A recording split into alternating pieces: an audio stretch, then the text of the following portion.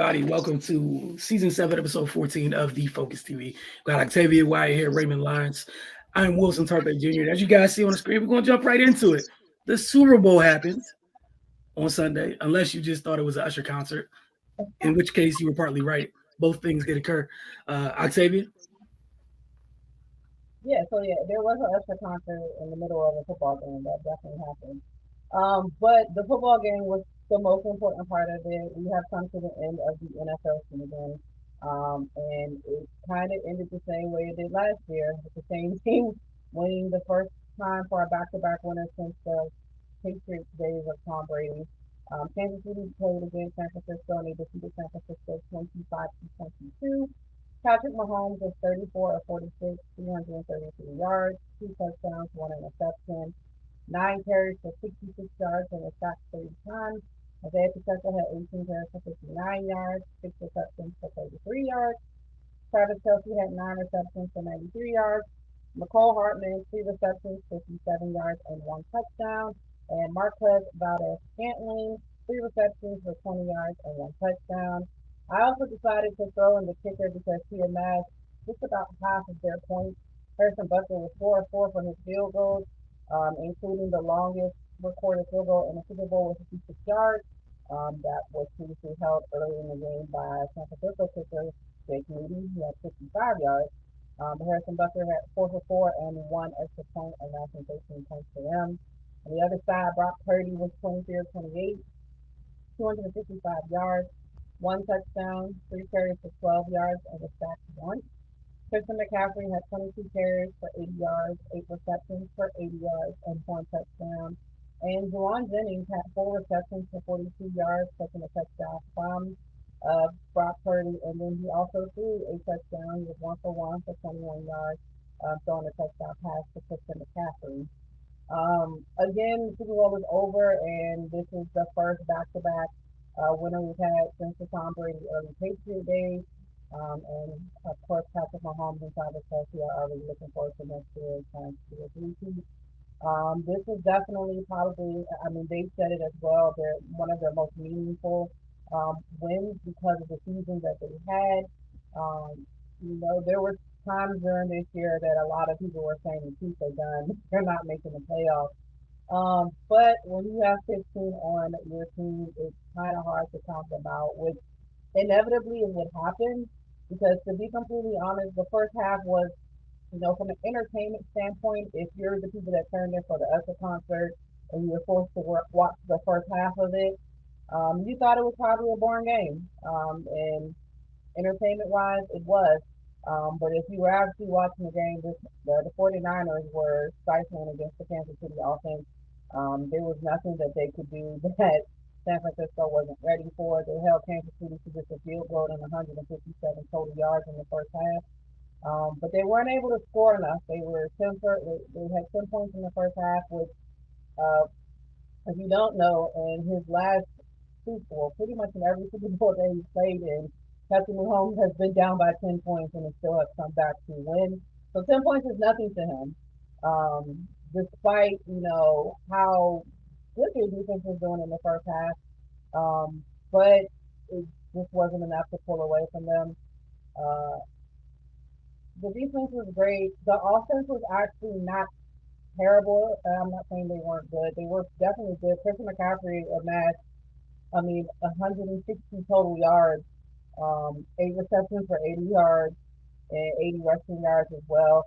Grancy started the game off a little slow. He had a fumble in the first half, I believe on their first possession in red zone territory where they were, in line to score either a field goal or a touchdown, which hindsight 2020 definitely could have been a change in the game, but you can't really depend on that. He did everything that he could do. Brock Purdy to me had a pretty decent game. A lot of people, it's going to be hard to compare it because he played against Mahomes and it's Mahomes, but I think he had a pretty decent game. He didn't really make any huge mistakes. He delivered off-script passes throughout the game.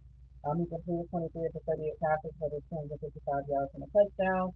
Um, Really, the biggest thing for San Francisco in this game is that they had untimely miscues that pretty much swung the game in the opposite direction for the Kansas City Chiefs. The biggest miscues, of course, coming on that third phase of the game, which is special teams, which I think the special teams have been pretty decent all year. You've never heard them really losing a game due to their special teams, and they don't really lose much games this year anyway. But they had two special team miscues. Kansas City was trailing 10-6 when they punted to Ray McLeod. The punt bounced off the 49ers cornerback Darrell Reed's foot, and then McLeod tried to pick it up instead of falling on it, allowing the Chiefs to recover. The second one was a block extra point. The 49ers took a 16-13 lead on the Chiefs when they could have gone up four. Those 3 points is really what allowed Kansas City to be able to drive down the field closer in the game to tie it. With another kick from Harrison Butker decided to go into overtime. So had it not really been for those two, I feel like that's where the momentum changed over for them. Um, but then at the same time, I feel like we talked about last week for the preview that it was really going to be the 49ers defense against the Kansas City offense, which I definitely feel like that happened. But then we looked at the other side. Steve Spagnuolo definitely drew up a lot of good things. He has 4 Super Bowl titles, the most in NFL history for a defensive coordinator. The one from when he was the defensive coordinator of the Giants, the Patriots, and then the last 3 years here in Kansas City. I mean, there's not a lot of people can say that he definitely is ready for the big games, and he always makes sure that he has his number one guy ready to go.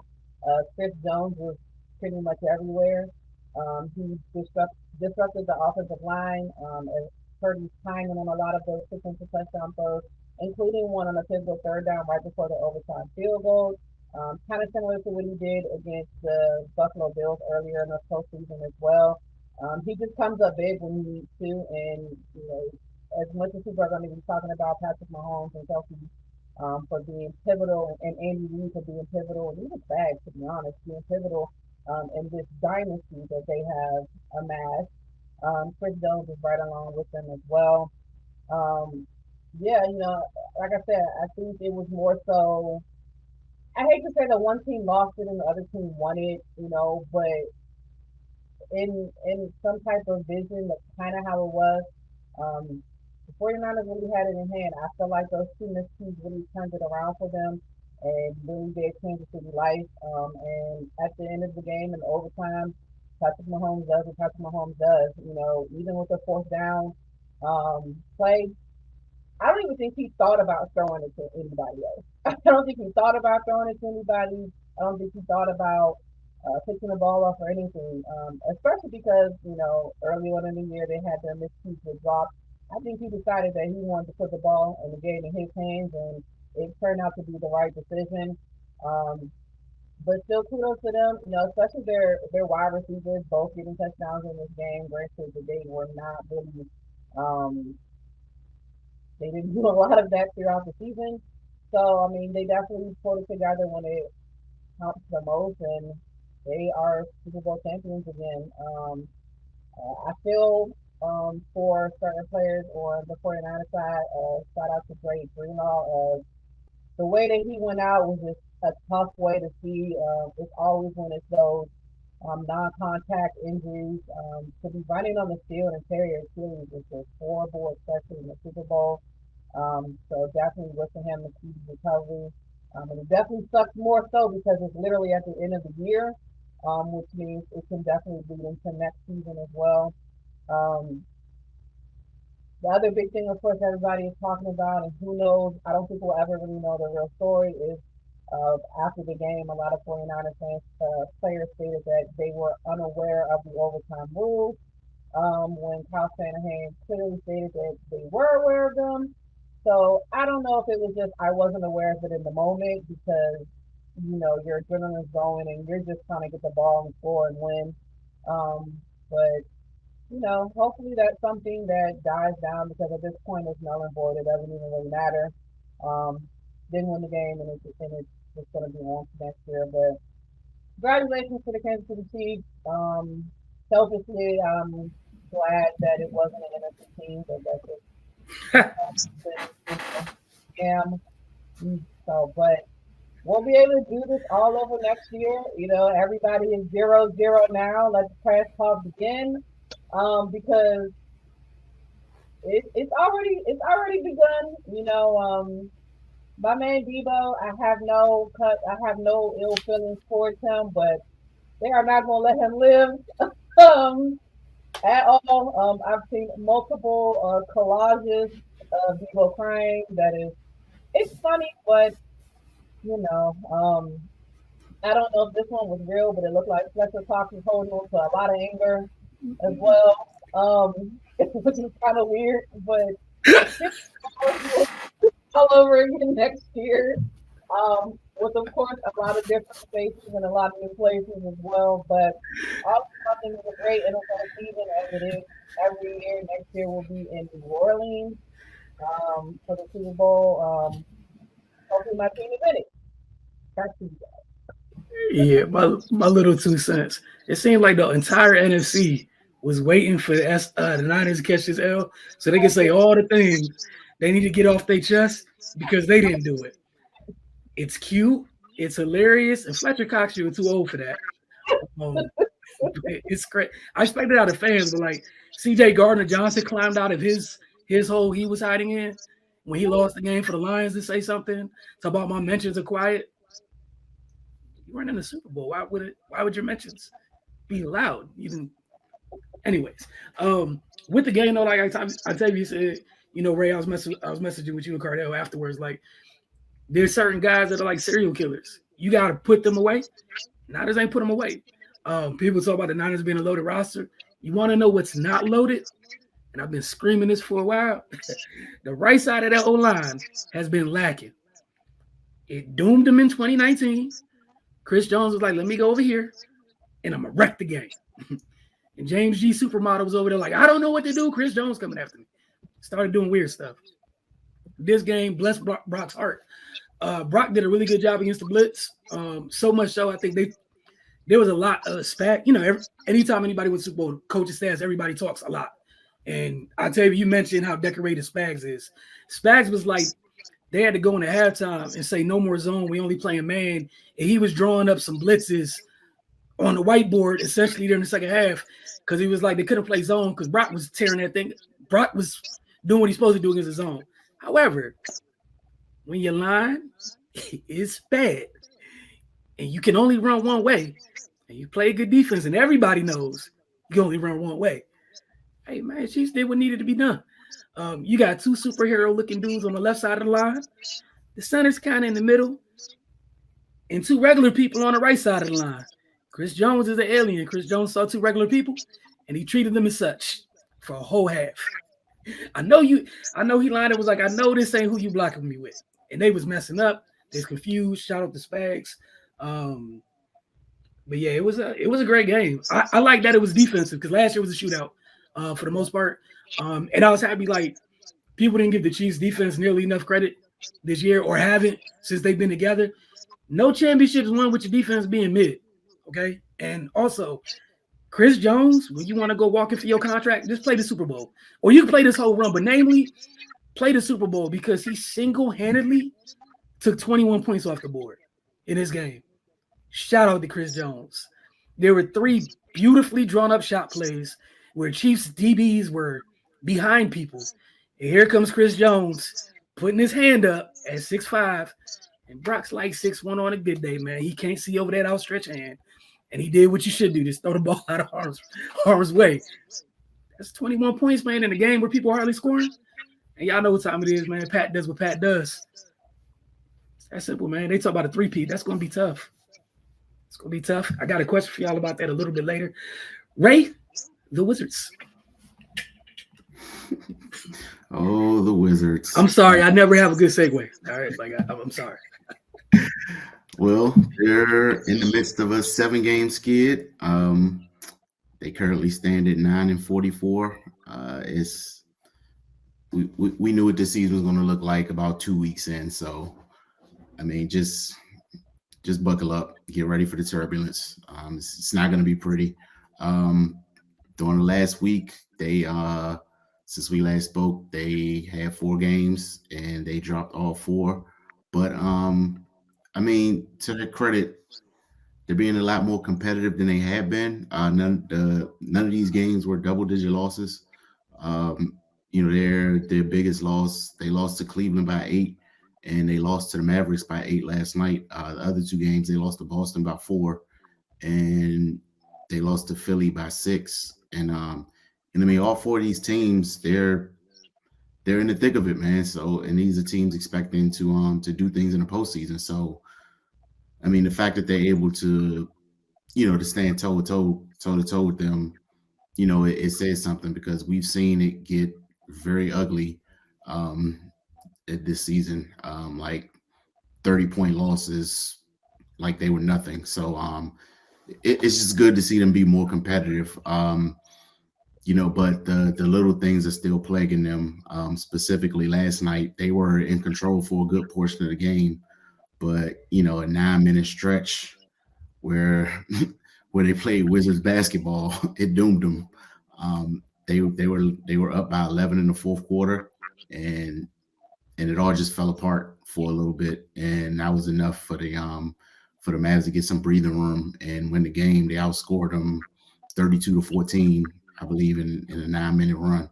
So yeah, man, we know what it is. We're not expecting this team to to compete for a title or anything, but if they can get a handle on those situations, they'll be in a much better space. Over the last few games, Denny has been in a good little rhythm. He's shooting like 62% from the field. He seems to be intent on getting downhill and making things happen. When he does that consistently and with confidence, he gets good results.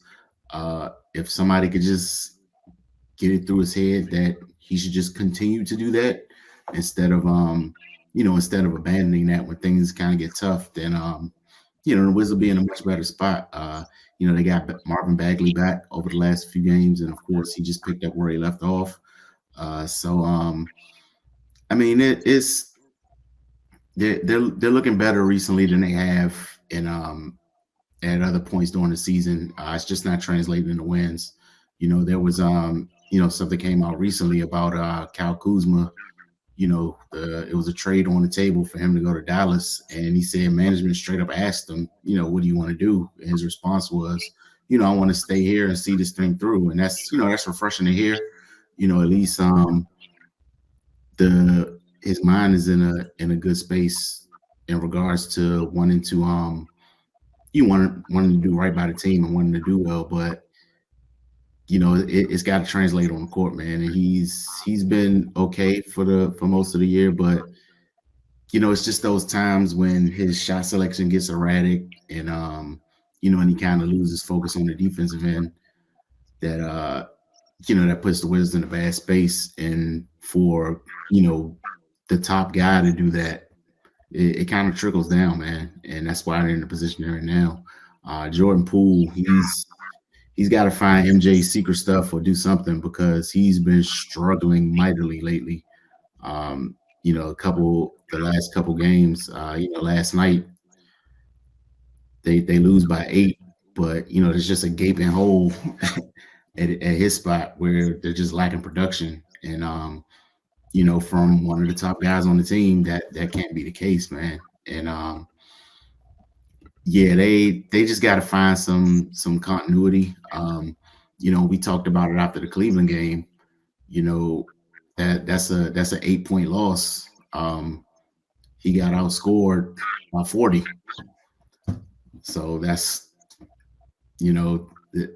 we always talk about the margin of error for these guys being super slim, and with him not producing even halfway what they were expecting, it just makes it that much tougher for a team that's in a bad situation. So yeah, man.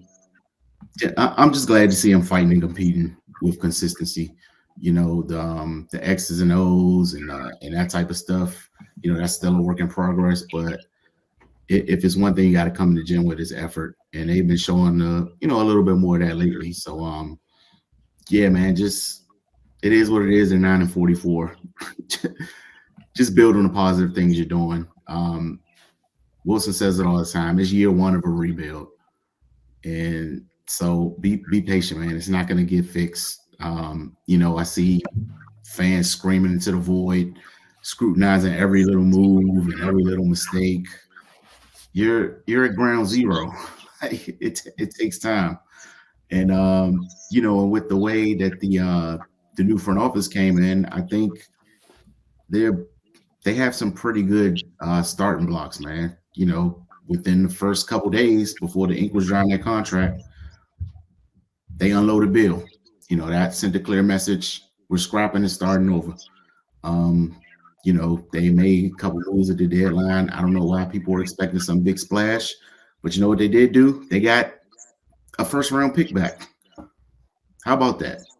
And that's where it starts, man. It's getting talent in the building. So, yeah, Wizards fans, please, we're at the bottom. We just broke ground. So give us some time, man. Man, that's the kindest way to say it. You just broke ground and you didn't have enough time, the resources to have a ceremony. Relax. Be excited that the first pick in the new regime, you got return on your investments in year one. Nobody can be like, oh, well, Bilal's a bust. Then I can understand your frustration. Like you start from zero and you messed up already. So far, they 1-for-1.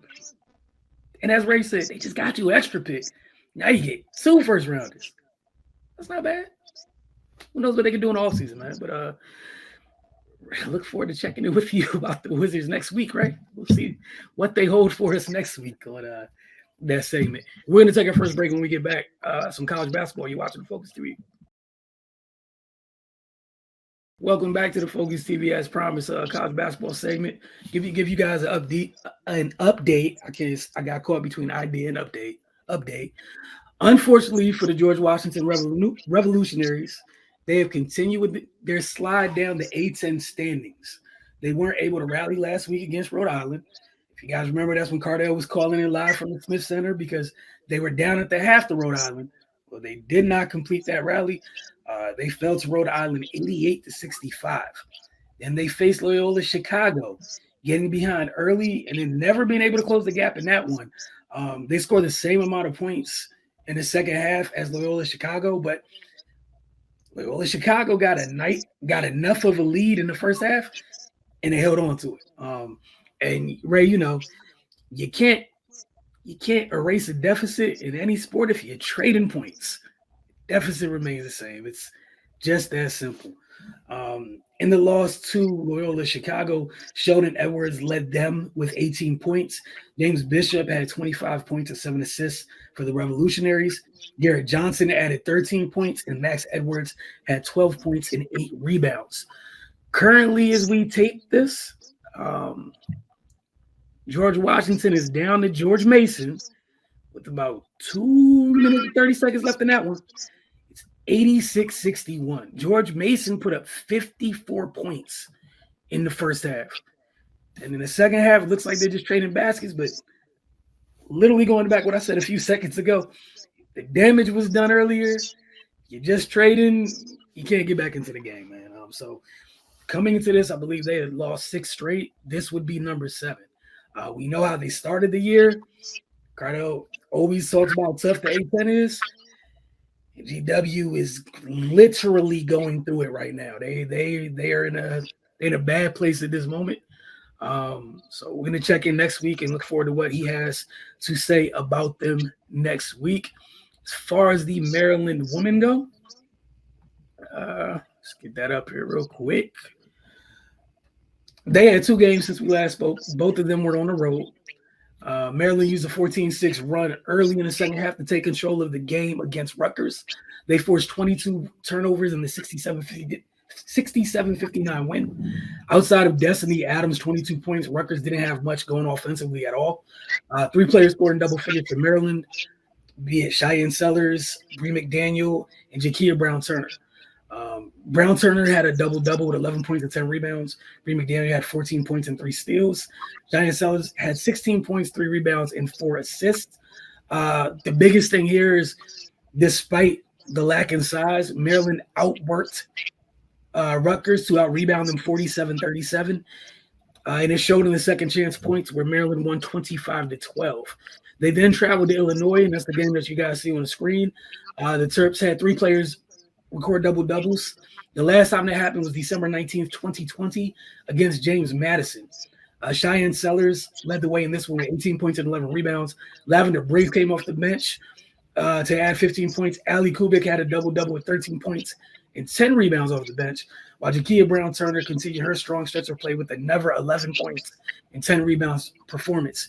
Camille Hobby led Illinois with 16 points and 11 rebounds.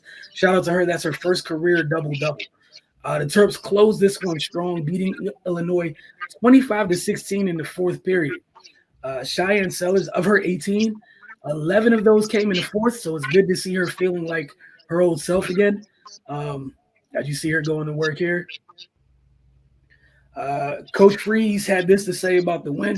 A really important top 50 win for us on the road as we continue in this February push.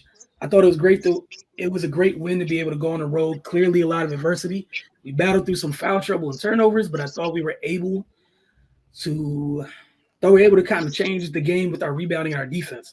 Up next, Maryland faces Penn State at home. The last time they played Penn State ran away with that one.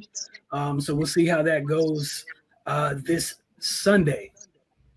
We're going to take our second break, and when we get back, we'll get into rapid fire. Got some questions that you guys are so good at what you guys do in your segment. You guys touched on a couple of these things already, but I'm still going to ask them. I'm going to talk about them just a little bit more. You're watching the Focus TV.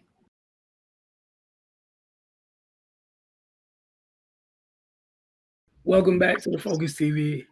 Let's get on to rapid fire. I'll put this back on the screen real quick.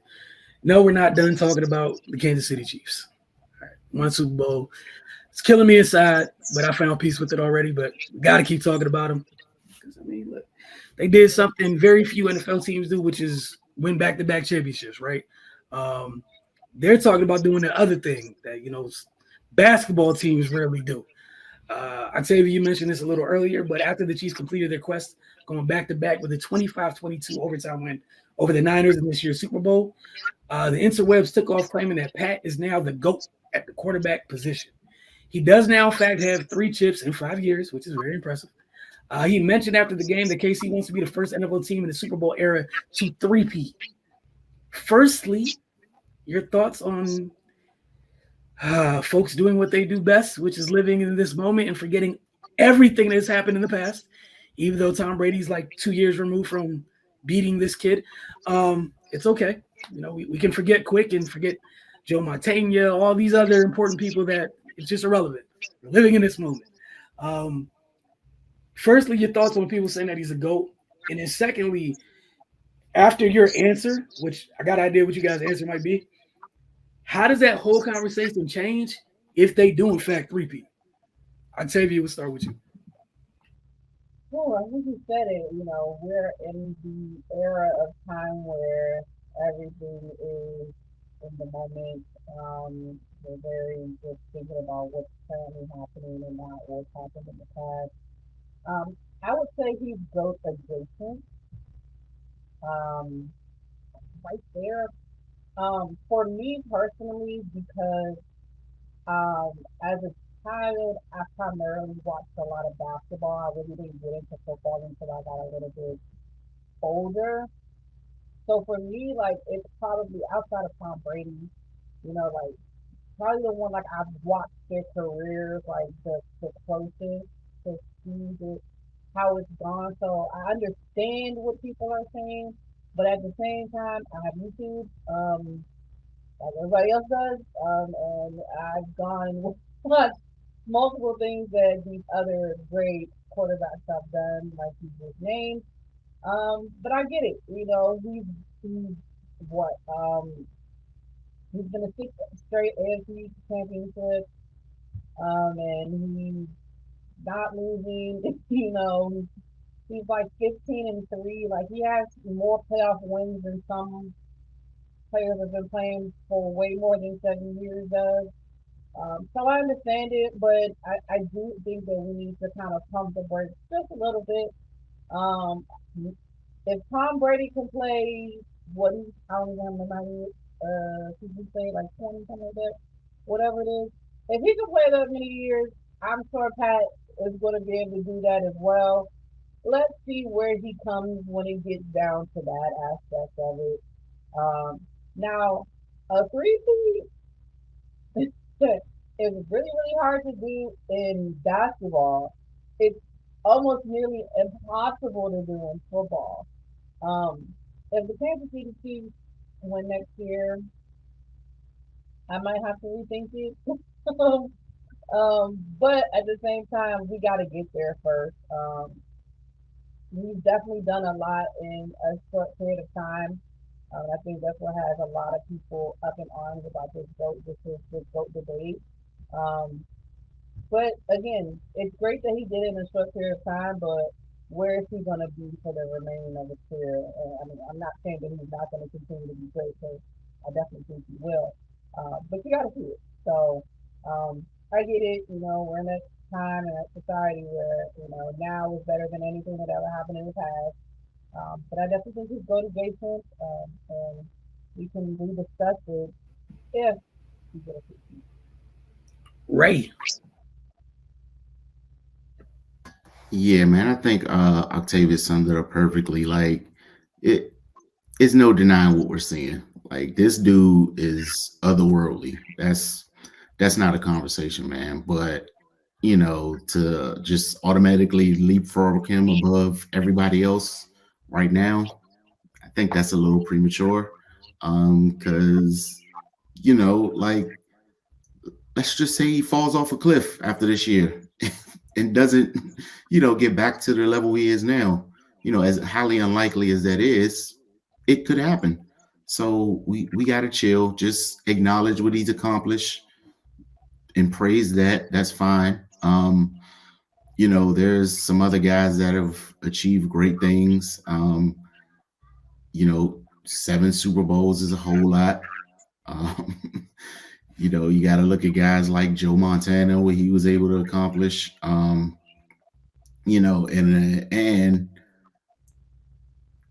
not to discredit anything Mahomes has done, because like I said, man, like the eye test, you can put him next to anybody, but it's a little easier now. Let's just be upfront about that. So, but to Octavia's point, should he three-peat, that's that adds something different, because with less resistance or what have you, you should be able to do things that other guys haven't been able to do. And if you do that, then yeah, we gotta we gotta reshuffle the deck here. But let's just wait till that happens. So so yeah, man. But like he's on a GOAT trajectory for sure. Is no denying that. And then for him to win this year, like I think Octavia brought it up earlier. The discourse about them throughout the season is they weren't going to be in this position uh, when the clock struck zero, and lo and behold, here they are, and that's what guys in the realm of a Mahomes, a Brady, a Montana, those type of guys. That's what they do. They elevate your team, and they make a way when there's seemingly no way. So yeah, man, this is a huge win for him.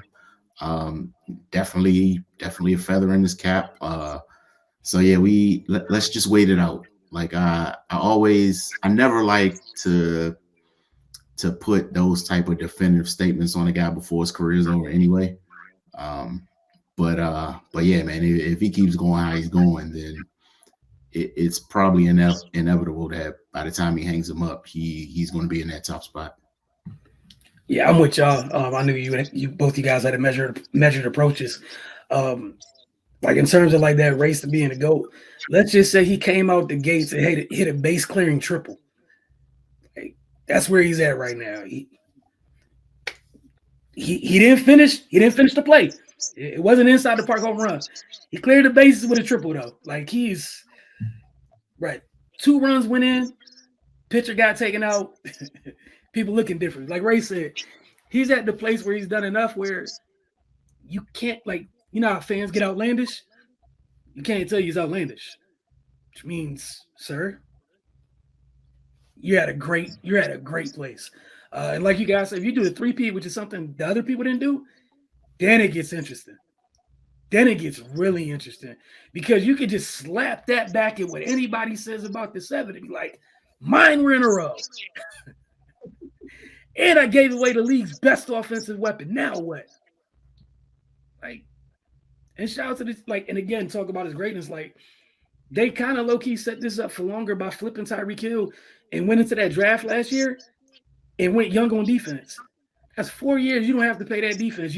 You pay Chris Jones and everybody else. You figure get in where you fit in.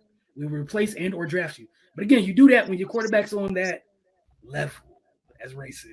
Can't do that if you're less than. So shout out to him, man. But yeah, y'all got to chill with some of that stuff. Some old folks brought up, looking on Twitter today, some old folks brought up like Pat's first 4 Super Bowls or whatever. And then they brought up Joe's stats. And that's where it gets kind of hairy because a lot of people don't like going back and looking and like, Pat, you did some great things, but I think your QBR was less than your opponents. Yes, and it's your Super Bowl. Can nobody even say nothing about it? QBR didn't exist for Joe. But, bro, it wasn't close. It was Joe and then whoever we beat the hell out of. That's what it was. I had a good day. You had a horrible day. I didn't miss. You missed a lot. All right, on to the second one. This was disgusting and horrible all in the same motion. I don't know if you guys saw this last night. So, super controversial moment. Jalen Brunson gets called for a foul on Aaron Holiday. You see this man is shooting a shot with one hand as the game, the buzzer is about to sound. It looks like good defense. Jalen Brunson didn't make any contact, and Aaron Holiday landed cleanly. The officials called a foul on Jalen Brunson. Houston goes to the line and wins the game. Knicks folks went nuts. Then to make matters worse, the quiet part, referee Ed Malloy after the game said, after seeing it during post-game review, the offensive player was able to return to a normal playing position on the floor. The contact which occurred after the release of the ball, therefore is incidental and marginal to the shot attempt, should not have been called. Ray, your thoughts on this? All right, so in the moment, like people going to make terrible calls. It's a part of the deal. As a competitor, I know it sucks, but it's nothing you can do about it. And maybe through the first 47 minutes and 59 seconds, you should have done something the way it didn't come down to that. You got to take that. But the part that annoys me is after the fact, the refs come back and says, oh, my bad. Yeah, I fucked that up with no type of repercussions or anything. They need to start getting fined or have their assignments reduced. Something needs to happen. They can't just come and say, oh, yeah, we every night, the last 2-minute report and all that stupid stuff. On a daily basis, they get to come back and say, oh, yeah, we did mess that up and go right back out and do the job again. That can't continue. Like that would annoy me. Like I would be pissed. Like just don't say anything at all. Let people speculate. Why do we do this? Like, why do we have to come out and say this? Like, we all saw it. We know you messed up. We know that. We don't need you to confirm. Like, it wasn't questionable. But for you to come out and say it out loud and just rub it in my face and nothing happens to you at all, like no other job on earth you can come out and repeatedly mess up and have that mess up acknowledged and nothing happens. In the corporate world, you get rolled up a few times and then it's termination. But if you're a ref, you just get to blow your whistle or not, however you want. And then you're just out there calling games again. Like, you don't have to get retrained or it's no type of progressive discipline, just nothing. You just, yeah, whatever, man. It is what it is. Suck it up. But that's the part that really gets me. The missing calls part, I mean, it's going to happen, but if it's continuous, then the league's got to address that, man, because especially going down the stretch of the season, as it gets deeper, people fighting for playoff position and things like that. Yeah, those things are going to make a huge difference. So So yeah, man, we gotta abolish this. Let's revisit this thing and let the world know that I messed up after we all saw you mess up. And then two, they gotta find a way to hold these guys accountable. Man, like, can we do like review, like video replay review training or something for like a week, and to come out just nonchalantly? Oh yeah, I blew that call. I know that's a loss for you in the standings. Might affect your playoff seeding, what have you. We'll see later this year. Maybe you guys need to make sure you go on an extra game win streak to make up for this one. Whew, maybe I'll get that call right next time. Octavia. Yeah, it's it's tough. Um, while I do agree that them coming out and saying, my bad, I messed up, is annoying. But I will say sometimes they, the times when we can clearly see that they messed up, they'll say that they didn't. There was a play earlier this year, I can't remember what game it was, but everybody could tell that they made the wrong call, but they still said they made the right one. So, I mean, you never really know at these points. But kind of like you said as well, there are going to be missed calls.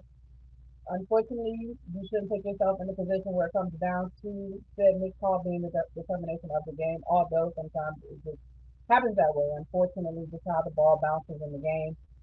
But it definitely doesn't make it any easier knowing that you didn't do something and it still changed the outcome of the game. I'm all for, like, I don't know what they need to do. I know they've given coaches additional challenges, and I'm not saying that they should have more challenges that can slow down the tempo of the game. But they need to do something where, kind of like I feel like in the NFL, like they do like expedited replays, reviews, where they can clearly see something didn't happen, and they just remote it and be like, "Yeah, no, change that." We can clearly see it. So I feel like in certain aspects like this, somebody should have been able to call from Secaucus, New Jersey, and be like, "Yeah, no, that wasn't it. Redo that." And then even when it comes down to talking about the referees that make the continuous mistakes, because I believe they said the same referee had another incorrect call in this game as well. I'm trying to think of what a punishment would be because at one point it'll punish the ref, but then I feel like it'll punish the team that didn't have to get refereed by that ref. Because I'm like, what do you do? Do you send them down to the G League and be like, you can't, you got to work down there first before you can come back up? But then it's like, dang, the people in the G League getting a referee that maybe not up to snuff as well. But, that's what it's for. I don't know what they need to do. They definitely need to come up with some type of disciplinary action. I don't know if they do the same like the NFL where, your games get reduced or your crew is not going to be able to play in the referee or officiate in the playoffs or the Super Bowl. They pull certain people back. I'm sure they look at stuff like that, but not sure how consistent it is. So they definitely have to do something, but it is unfortunate because it's human error. But when it's egregious, like some of these ones are, it's definitely a problem. All right, on to the next rapid fire one. Victor Wembanyama, 27 points, 14 rebounds, 10 blocks. Also, want to let you guys know he's currently shooting 42.4% on pull-up threes this season. Just want to throw that out there. Um, as you guys see those numbers, he's fresh off a 27, 14, and 10 performance. He also had 5 assists. Uh, I want to ask you guys thoughts. I feel like not enough noise was made about this to me. Want to ask if you guys felt the same. But first, let me apply some background to this performance and why I feel I'm wondering if there wasn't enough noise. He also did this in 28 minutes and 59 seconds. So he didn't play 30, 35, or 38 minutes. First player to total 10 blocks and 5 assists playing under 30 minutes since 1973-74. Only three rookies since that time have had a triple double with blocks: David Robinson, Rolf Sampson, and Mark Eaton. Wemby is the fourth player in Spurs history to accomplish said feat. Lastly, he is the fifth player in NBA history to have 25 points, 10 rebounds, 10 blocks, joining Keem Olajuwon, Kareem Abdul-Jabbar, David Robinson, and Rolf Sampson. Ray, we'll start with you, your thoughts. Or do you feel like this made enough noise, or am I just overreacting? No, I don't feel like it made enough noise, especially with all the hoopla that people make about stats these days, like a triple double with blocks. Like, come on, man. Like that's like super rare, And he had it's not like it was 10, 10, and 10. 27, 14, and 10, man. Like, and like you said, in 29 minutes. Like that mean he was out there wrecking shop, and he's a rookie. So yeah, I would, once I saw it, I thought, that would be the talk of, of social media. But I mean, I get it. A lot of people were saying, oh, when he gets to the league, he's not going to be strong enough, blah, blah, blah. So they don't want to walk their words back. It's okay. It's not going to stop him from being productive. But yeah, like I'm not understanding why a bigger deal wasn't made. Um, but hey, man, look, it once he like really figures out what's going on at this level, it's going to be bad. And God forbid he gets some talent around him, it's going to be even worse. So yeah, like shout out to Vic, man. He's coming along.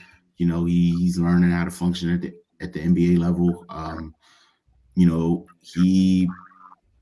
He was projected to be a game changing force, and he could very well become that very soon. So yeah, man, and him coming in, the of course his versatility on offense and his skill set is impressive, but I figured the most impact he will make would be on the defensive end, because of that versatility, his wingspan, his length, just how much of a freak of nature he is. Um, so yeah, this is just some of that coming into fruition. He I think he leads the league in blocks. And I'm pretty sure if this was a stat, he would lead the league in altered shots. So so yeah, man, it's just good to see him kind of coming to his own and continue to have success. Octavia. Yeah, I definitely agree that this was underreported or whatever you want to call it. I'm going to go as far as to say such sports is working overtime. Maybe now want him to overshadow LeBron as biggest person coming into the league ever, with all of the talk that it was early on in the season. But yeah, definitely underreported. Like 10 blocks in a game is ridiculous, regardless if you're 7'5" or 5'7". Like 10 blocks in one game is just crazy. And like you said, also 27 points with the 14 rebounds, showing that he's working on the offensive and the defensive end, of the court. The 27 points, he's getting the rebounds. I would probably look up the breakdown of how many were defensive and how many were offensive. But it doesn't matter. He got 14 of them. So definitely, somebody was putting in some work to not let us know what happened with my man Victor Wembanyama. Because I had to see it myself earlier today. I was like, nobody's saying anything. I don't know if it's because the Spurs aren't good as far as record wise. The Raptors aren't that great as well. So it's a game that most people don't watch, whatever the situation is. But like you said, in this day and age, with the era of that being such a huge thing, you would think that somebody somewhere would have recognized the fortitude it took to actually have a stat line like this. And with all of the greats that you named who have only been the people that have done it before, to this not to be mentioned is a little ludicrous, but I mean, he's working in silence. A lot of people maybe they don't need to know. So, like Ray said, once he gets a little bit more, down with how it is in the NBA and gets his body in better shape and all that stuff. He can come out. I mean, I don't think he'll surprise anybody because he's Victor Wembanyama, but you know, keep people on their toes. So I definitely think this should have been talked about more, but he definitely is killing it, especially as a rookie. I mean, 10 blocks in a game. Like I'm saying, everyone loves numbers. This happens and people are quiet. All those stupid news accounts on Twitter, nothing, nothing. LeBron does something, I get like a third of what he did and how it changed NBA history. He didn't get mentioned with not one regular person, and everyone was quiet. Kids had to Google every person that accomplished this. Like history lessons were done because of this, and nothing. All right, on to another generational big. While we're taping this, Shaq uh, is going to have his jersey retired by the Magic. I think that happened earlier this evening. He's officially the first player to have his number retired by the franchise. The Lakers and Heat have already done that for him. He won chips there, so obviously that makes sense. This makes him the fourth player to have his jersey retired by at least three different franchises, along with Bill Russell, Wilt Chamberlain, and Pete Maravich. Shaq won Rookie of the Year in Orlando and made the All-Star team every year he was there during his 4-year tenure. He averaged 27.2 points, 12.5 rebounds, and 2.8 blocks, all of which rank in the top three for career averages in franchise history. Thoughts on Orlando's decision to do this, considering we've talked a ton in the past, so many different examples of franchises waiting forever to give people their flowers and whatnot. Octavia, your thoughts on Orlando honoring Shaq by retiring his number? Yeah, it's about damn time. I don't care if y'all never retire anybody else's jersey. Like, because I think that was the thing. Like, we don't really retire jerseys. I don't care. Make an exception because everything you just named is just like Shaq is one of, if not, you know, the best big men to ever play in this league. And you got him early on, and to know that he did all of those stats early on in his career, meaning first out as a rookie, that's just ridiculous. I mean, he was drafted in '92. Here we are in 2024. He's been out of the league for who knows how long, and they're just now doing this. Um, it's a shame it took so long, but I'm glad they were able to finally get these things done. It seems like, this year a lot of teams are starting to finally give the people from the past their just due. I guess better late than never. But yeah, this is a no-brainer. I don't even know what to say. Right. Yeah, definitely should have been done this, but nevertheless, glad to see it happen. Uh, yeah, man, the resume speaks for itself. He came in a wreck shop from day one. He Orlando was a struggling young expansion franchise when he came. Immediately put them into the forefront. Went to a finals within a couple years. You know, and was just successful from the day he was drafted to the day he left. I know the way he left the team wasn't under the best of circumstances, but I mean, you got to pay respect to one of the people that laid the groundwork, to allow that franchise to continue to flourish.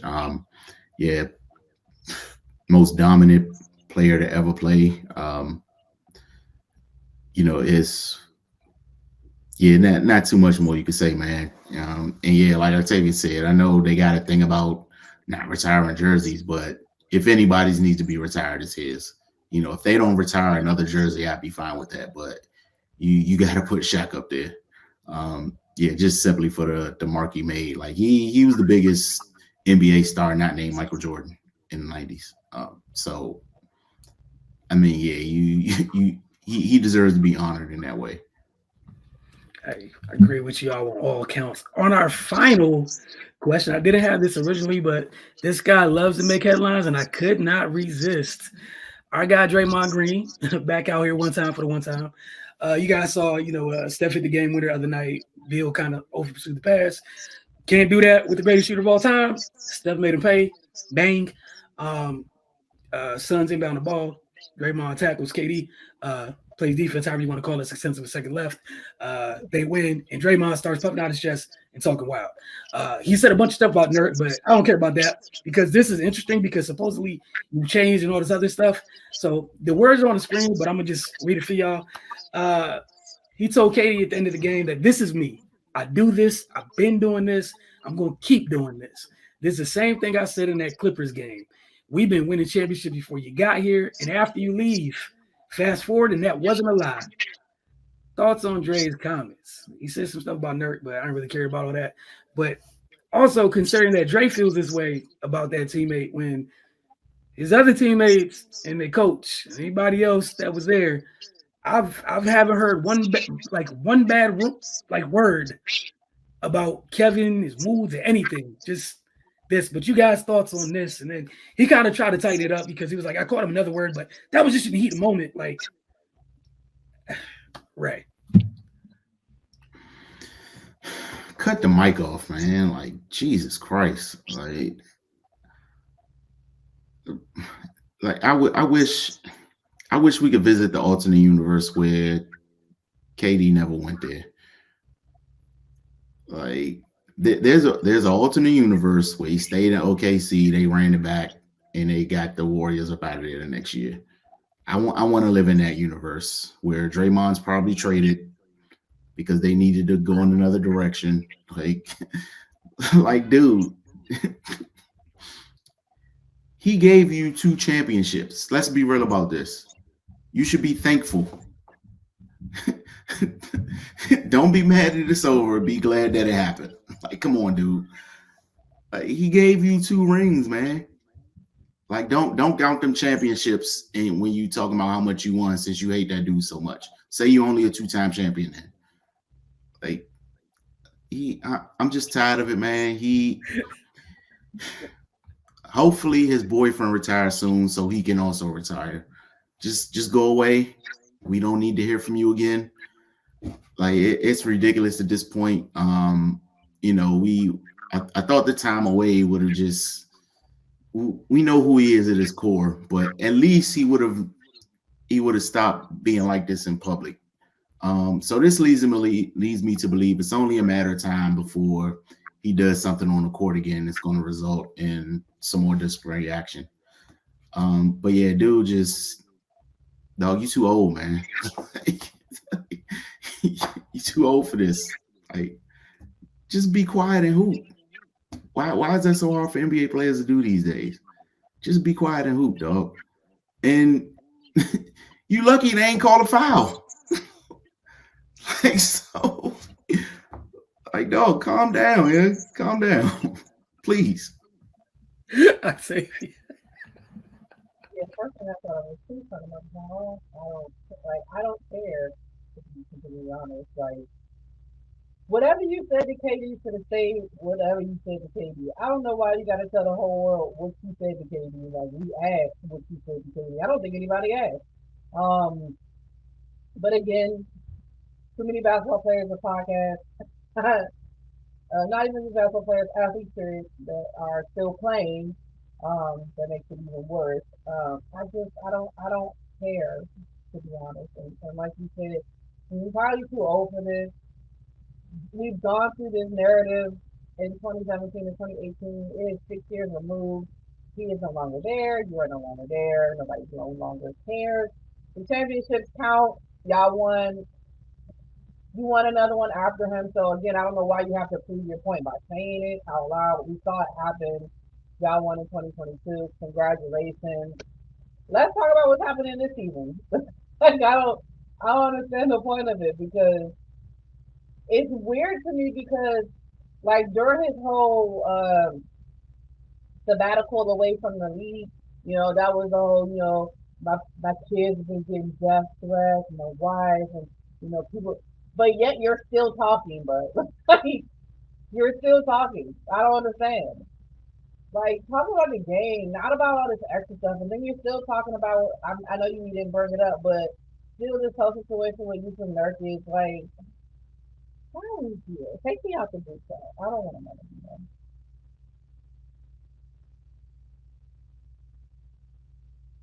anymore. I'm struggling to keep it together over here. I can't even hit the unmute button. It's that bad. I wish he'd hit the mute button, but bro, like I don't understand how you have the audacity to say this when y'all wasn't it you that like led the Hampton Fives over there like to go make to like open the door to all this. This is like super weird, man. And like nobody else in that building will say anything crazy about dude. Just you. It is eerily similar to a youngin that you punched in the face. Why do you keep getting mad at other people for doing things? And honestly, why didn't you just punch him?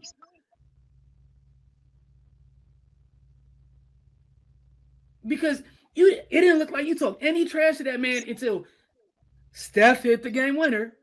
There's a theme here. The work was done, and then it's blah, blah, blah, blah, blah. What are we talking about here? Like, I was trying to pull up Game 3 box score from 2017 Finals because I'm trying to figure out how you could wrap your head around to say these ugly things. Where the Cavs lost at home to Kevin Durant, Sean Livingston, and JaVale McGee. You three, who that was built around, did not show up to that game in Cleveland. Y'all won a championship that year. The three of you were on milk boxes. And that's not a shot at anybody. It's hard for me. It's just hard for me because you're trying to be petty and extra. And where was that moment during those runs when he was there that we were like, damn, Dre, that's big? What are we doing, man? Why you even got, like Ray said, technically, if his two don't count while you're there, then you got two and he got two. What are we doing here? I'm determined to find this box score. Like, I'm really hurt right now. 2017, 2018. 2018, because I think 2017 is when it was 4-1. 2018 was a sweep. Yeah. I think that's the one. You better hope I don't find this because that is just disgusting. No, that's game 4. I want game 3. They not trying to let me find it. But my point is, I just don't understand how you sit here saying all this when dude was on your team, you won the championship, and you had no issue passing up free shots to give him the ball. Like, some of the statements you made during that time were wild. Why should I shoot if I have X on the court? Why? Like Ray said, you too old for this. And Octavia, as you said, him and Michael Parsons, I'm gonna need the volume to stop. Like, we gotta stop. Like, gotta stop.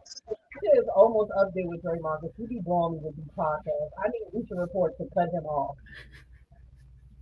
Colin Coward is a genius. He was like, I know I get on everybody's nerves. I'm gonna find players that do my work, and I'm gonna sit back and seem like the same person now. It's brilliant.